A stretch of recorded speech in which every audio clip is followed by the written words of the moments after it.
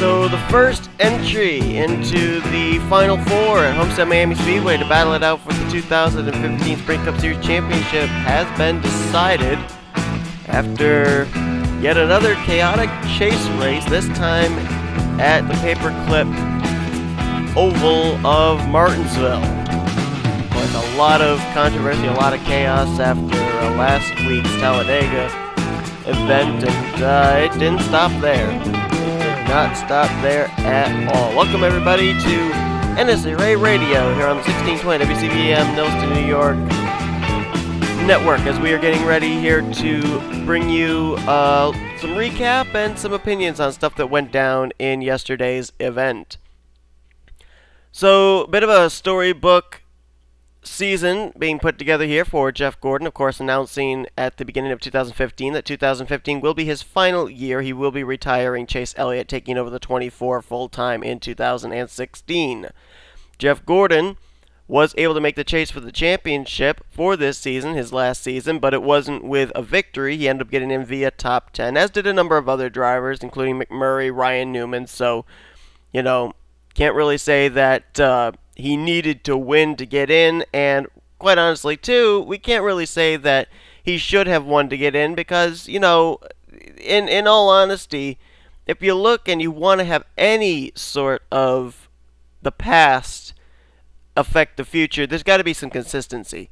I mean, a lot of people, and I'm not even going to go into the topic of should there be a chase, should there not be a chase anymore. I'm not even going to enter into that in this week's edition, but the fact remains that whether it be the old point system or the chase system, consistency is always going to be a key factor into whether you're going to be a contender for the championship or not. And Jeff Gordon's team was definitely consistent. They didn't get to victory lane at all during the regular season, but they would consistently finish in the top 10. Most of the time, not really in the top 5. It was mostly from 6th through 10th that they would finish week after week, but still, that's the kind of finishes that are going to get you up in the point stands, and that gave him the opportunity to get into the chase for the championship. But now, we step forward here into the chase for the championship. He made it through the first round. He made it through the second round. We're here into the third round. And Jeff Gordon, in all honesty, you look at the 3 tracks that we were going to be going to here for the third round. You got Martinsville, you got Texas, you got Phoenix. Now, Gordon has a win at all 3 of these tracks. However, I think it's pretty safe to say out of all of them, you ask any NASCAR fan, they're going to tell you Martinsville is the place where Jeff Gordon is going to be the most competitive. That's where he's got to shine. And I know there's going to be some people out there that are going to say, well, Gordon kind of had the win handed to him because there were other drivers that were up there at the front that were better than Gordon, that probably should have won the race in circumstances, which a couple of them we'll get to in the second half of this segment. It worked out in his favor. Well, the fact of the matter is, in order for it to work out in his favor, he would have had to have been up front anyway for it to work out in his favor, so that's a moot point. Yes, Kenseth was gone, Kurt Busch was gone, Joey Logano was gone, Brad Keselowski was gone, and yes, they all could have been contenders for the win against Jeff Gordon. The fact of the matter is, Jeff Gordon kept his nose clean, he stayed out of trouble, kept himself up inside the top 5, top 10 most of the day, and was rewarded with being out in front for the last restart. So, whether or not you say Jeff Gordon had the win handed to him or not, in order to be in a position to be able to take the lead with circumstances working in your favor, you have to be running up at the front anyway. So, Jeff Gordon goes to victory lane, his 93rd career victory. I believe it was his 9th win at Martinsville. So, Jeff Gordon definitely going to go down in history at Martinsville Speedway as one of the dominant drivers, and what better place for him to do it than at Martinsville in his last season. So, Jeff Gordon wins the race, but now we got to kind of look forward to Homestead Miami, because with him winning, he moves into one of those final 4 slots to battle for the championship in Florida. So now the big question is Homestead Miami Speedway, a track which I'm trying to remember when exactly it was. I want to say, I might be able to actually look here. I'm not certain. I'm going to actually be looking this up while I'm talking here. Gordon was winless at 2 particular tracks. One of them was Kentucky, one of them was Homestead at one point. And let's see here. He ended up winning at Homestead Miami in 2012, November 18th, 2012. And that ended up being kind of like a check mark for him on being able to kind of take that off his bucket list of tracks that he had not won at. So he has a win, albeit 3 years ago. Question now is he going to be a contender for the championship when we get to Homestead Miami Speedway? What are his chances? And it's very interesting. I was actually looking through the driver averages since Homestead Miami Speedway has been open, since the track opened back in 1999. The very first race was November 14th, 1999. And Jeff Gordon, out of all active drivers, actually is fifth highest in average finish there. But the ironic thing is the average finish is somewhere around 10th place.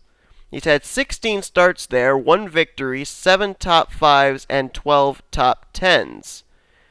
He has led 244 laps there as well, did have a pole position. The ironic thing, though, is if you look, there are 3 drivers who are currently in the Elite 8, if you will, in the chase of the championship that have a better average finish than he does. The first one would be Kevin Harvick. He's actually the second highest average finisher with 14 starts, an average finish of 7th place, 1 win, 6 top 5, 12 top 10s. Next is Carl Edwards, which I'm assuming a lot of these good finishes for him probably were when he drove for Roush, because of course we know Roush was really, really good, especially from like 2005 on through 2009 at Homestead Miami. Edwards, with 11 starts, has 2 victories, 5 top 5, 7 top 10s, an average finish of 9th place. And then the other driver that is ahead of Gordon as far as an average finish, if you will, is Martin Truex Jr., who in 10 starts, he hasn't won any races, but he's had 3 top 5, 7 top 10s. His average finish is actually 10th even. Jeff Gordon's is 10.56. So if you look at this, those might be the guys that Gordon will not want to see make it into the Final Four. Kevin Harvick, Carl Edwards, and Martin Truex Jr. Now, Carl Edwards had some hardship at Martinsville, but was able to battle back for a 13th place finish. He's still in the running. Same for Kevin Harvick and Martin Truex Jr. I'm not exactly sure where he finished the race. I'll look at that right now to try and find out. But, you know, if those 4 get into the chase for the championship's final round at Homestead, things may not be average-wise in a good position for Jeff Gordon. But then let's analyze the other drivers that are currently in the Elite 8 and what their average finishes look like at Homestead. As just 1 second, I'm bringing up the unofficial race results here from Martinsville. Alright, so let's quickly just do the Homestead driver averages for the other championship competitors. The next highest driver behind Jeff Gordon is Brad Keselowski, but he's 13th highest for average finish. He's only got a 15th place average finish in 7 starts, only 1 top 5 and 2 top 10s. So Brad Keselowski, not saying that he would do poorly if he made it into the Final Four, just saying the averages, the numbers go against him as far as his history at that particular track.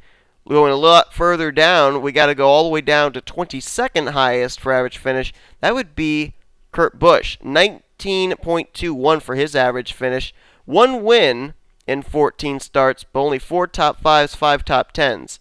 Next one, Joey Logano, 24th highest.